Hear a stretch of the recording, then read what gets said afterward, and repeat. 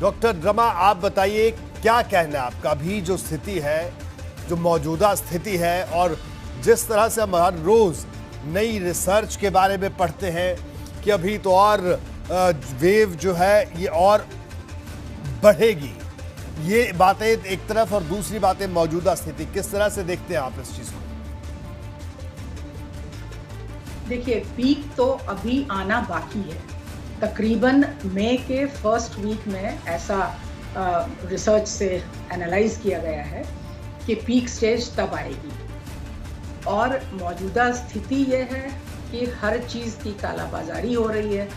स्वास्थ्य एक मूलभूत आवश्यकता है जीवन की, और इसमें जो भी ऐसे लोग क्रिमिनल रैदर पनिशेबल ऑफेंस है ये तो जो कर रहे हैं, वो वाकई बहुत शर्मनाक है और ये ह्यूमन लाइफ के अगेंस्ट काम कर रहे हैं। इसके साथ ही साथ जो लोग स्टोरेज कर ले रहे हैं, चाहे वो मल्टीविटामिन हो या ऑक्सीजन हो, जिनको ज़रूरत नहीं भी है, और घर में अगर 4 लोग हैं तो वो सिलेंडर्स, जिनके पास जितना पैसा है उस हिसाब से ब्लैक्स में वो सिलेंडर्स खरीद ले रहे हैं, आइवरमेक्टिन खरीद ले रहे हैं, whatever are the requirements for corona patients, वो सब घर में स्टोर कर ले रहे हैं। तो मेरे ख्याल से 15 से 20% तो ये वेस्टेज है, जो कि रेमडेसिविर को भी के लिए भी सच है और ऑक्सीजन के लिए भी सच है। वेंटिलेटर चूंकि घर पे लगा नहीं सकते, इसलिए वेंटिलेटर नहीं रख रहे, लेकिन ये बेहद शर्मनाक स्थिति है। जो लोग इसमें इन्वॉल्व हैं, जैसा कि सुना कि 2 डॉक्टर्स भी हैं, अब पता नहीं वो MBBS डॉक्टर्स हैं या अदरवाइज जो भी हो, अगर डॉक्टर के नाम पर अगर कोई ऐसा कर रहा है तो ये बिल्कुल मानवता के खिलाफ है। लोगों के जीवन से वो खिलवाड़ कर रहे हैं, और इसका पनिशमेंट तो बिल्कुल वही होना चाहिए जो एक हत्यारे का होता है। बिल्कुल, हमारे साथ डॉक्टर विकास मित्तल भी जुड़े हैं, आगरा से हमारे साथ जुड़े हैं, सीनियर डॉक्टर हैं, उनसे हम बात करेंगे। डॉक्टर विकास मित्तल साहब, ये बताइए कि जो आम लोगों की परेशानी है, आम आदमी इसलिए परेशान है, कहीं ऑक्सीजन की दिक्कत, कहीं ऑक्सीमीटर महंगा मिल रहा है, कहीं पर दवाइयाँ महंगी मिल रही है। हालात ये है कि जो स्टीम लेने की जो मशीन रहती है, बड़ी छोटी सी, जिसे कहा जाए स्टीमर जिसे हम कहते हैं, वो तक भी आम आदमी की पहुंच से दूर होता जा रहा है, सिर्फ और सिर्फ महामारी के महालुटेरों की वजह से। और आप किस तरह से देखते हैं इस मौजूदा दौर को और इस मौजूदा स्थिति को, क्या कहना है आपका? देखिए, सबसे पहले तो ये महामारी है वो हमारे सारे जीवन को प्रभावित कर रही है और हर आदमी इससे प्रभावित हो रहा है। तो सबसे पहले हमें इस बीमारी से लड़ने के लिए पॉजिटिव माइंडसेट चाहिए। हमें ये नहीं देखना है कि कहाँ क्या कमी है, हमें ये देखना है हम इस महामारी से निपटने के लिए अपनी तरफ से क्या योगदान दे सकते हैं। सबसे पहले हमें सोशल मीडिया पे जो पैनिक फैलाया जा रहा है उससे दूर रहना चाहिए। साथ ही साथ प्रशासन और शासन को ये व्यवस्था करनी चाहिए कि जिससे कालाबाजारी और जो फेक न्यूज़ चल रही हैं उन पर लगाम लगाया जाए। साथ ही साथ हमें ना बजाय मीडिया मैनेजमेंट के जो जनप्रतिनिधि या प्रशासन, उनको देखना चाहिए कि रूट कॉज प्रॉब्लम क्या है। शासन से कह दिया जाता है कि ऑक्सीजन की कमी नहीं है, अस्पताल में जब मरीज आता है तो अस्पताल में ऑक्सीजन नहीं है, इससे पैनिक फैलता है, फिर वो मरीज ऑक्सीजन लेने दर दर भटकते हैं, इससे कालाबाजारी को बढ़ावा मिलता है, जिससे कि जिसके पास ऑक्सीजन है वो डिफरेंट रेट्स में ऑक्सीजन देता है। प्रशासन, मैं समझता हूँ शासन और प्रशासन हमारा इतना सक्षम है कि इस कालाबाजारी पर अगर वो अपनी दृढ़ इच्छा शक्ति से लगाम लगा सकते हैं।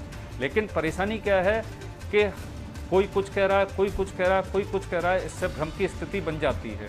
जैसे आगरा में पिछले कई दिनों से ऑक्सीजन की इतनी कमी चल रही है, चूँकि मैं खुद एक हॉस्पिटल का संचालक हूँ, मुझे पता है कि बिना ऑक्सीजन के इस महामारी से कैसे लड़ा जा सकता है, ये बड़ा मुश्किल है।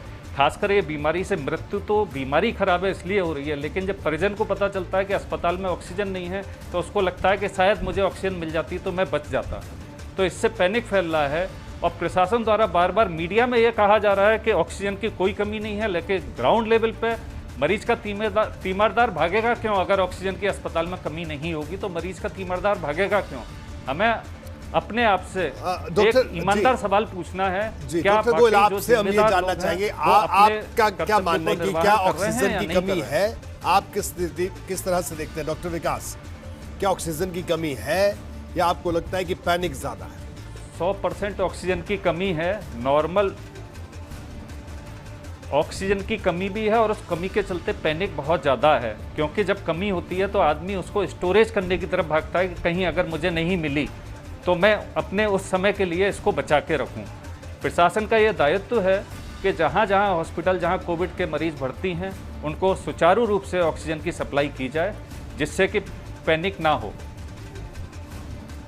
ठीक है, और मैं डॉक्टर रमा आपके पास आऊंगा कि बड़ा साधारण शब्दों में कमी ज्यादा है या पैनिक ज्यादा है, आप किस तरह से देखती हैं डॉक्टर रमा श्रीवास्तव? कमी है इसलिए पैनिक है। दोनों चीजें सच हैं अपनी अपनी जगह, क्योंकि हॉस्पिटल्स ने जब ये डिक्लेयर कर दिया पिछले 5-7 दिनों से, तो ऑक्सीजन की कमी चल ही रही है। अभी सुना है कि आपूर्ति शुरू हो गई है जी, लेकिन अभी भी सारे हॉस्पिटल्स को मिला नहीं है। और जिन मरीजों को कोविड नहीं भी है उनको भी तो ऑक्सीजन की जरूरत होती है, पहले भी होती थी और आज की तारीख में भी है। जो सीओपीडी के पेशेंट हैं, जिनको लंग डिजीजेज हैं, उनको घर में ऑक्सीजन रखने की जरूरत पड़ती है। तो ऑक्सीजन तो बहुत लोगों को चाहिए, चाहे वो नॉन कोविड हो चाहे कोविड हो, और नहीं मिल रहा है इसलिए बुरी तरह से पैनिक हो रहा है, क्योंकि आगे कब सप्लाई बंद हो जाएगी, कब कमी हो जाएगी। तो इस डर से, और चारों तरफ रोज यही सुनने को देखने को मिल रहा है, ऑक्सीजन नहीं है, ऑक्सीजन नहीं है, इसकी कमी से इतने मरीजों की मौत हो गई, तो पैनिक तो फैलना निश्चित रूप से है। क्योंकि इसका जो मनस्थिति है मरीजों की, जो अटेंडेंट्स की, खास करके जो उनके तीमारदार हैं, ठीक है, वो सब घबराए हुए हैं। ठीक है डॉक्टर सब परेशान मैं आपके पास आऊंगा डॉक्टर विकास मित्तल। डॉक्टर विकास मित्तल, आगरा के जो तमाम अस्पताल हैं वो कह रहे हैं कि ऑक्सीजन की कमी है। हालांकि प्रदेश के बहुत सारे ऐसे अस्पताल भी हैं जहां पर कमी थी, लेकिन उस कमी को पूरा कर दिया गया है। आगरा की अभी अगर वर्तमान अभी की बात करें तो क्या स्थिति है? कई अस्पतालों ने तो नोटिस तक चस्पा कर दिए हैं, जिससे पैनिक की स्थिति पैदा हो गई। सर, आगरा की स्थिति बहुत ही ख़राब है। मैं खुद अपना हॉस्पिटल चला रहा हूँ, 2 बजे से ऑक्सीजन नहीं है। मरीजों को बता दिया गया है, कंसर्न अथॉरिटी को बता दिया गया है, अथॉरिटी आश्वासन दे रही है। मैं ये नहीं कह रहा हूँ कि अथॉरिटी काम नहीं कर रही हैं, वो अपना भरसक प्रयत्न कर रही हैं। मैं तो ये कह रहा हूँ इस महामारी में जो भी प्रयत्न कर रहा है वो कोरोना वॉरियर है और सब लोग अपना पूरा योगदान दे रहे हैं। लेकिन कहीं ना कहीं डिमांड एंड सप्लाई का गैप है। लेकिन हमें ये स्वीकारना पड़ेगा कि वाकई ऑक्सीजन की कमी है। एक फिनोमेना होता है ऑस्ट्रिच फिनोमेना, कि जब संकट आता है तो हम अपना सिर छुपा लेते हैं और सोचते हैं संकट चला गया।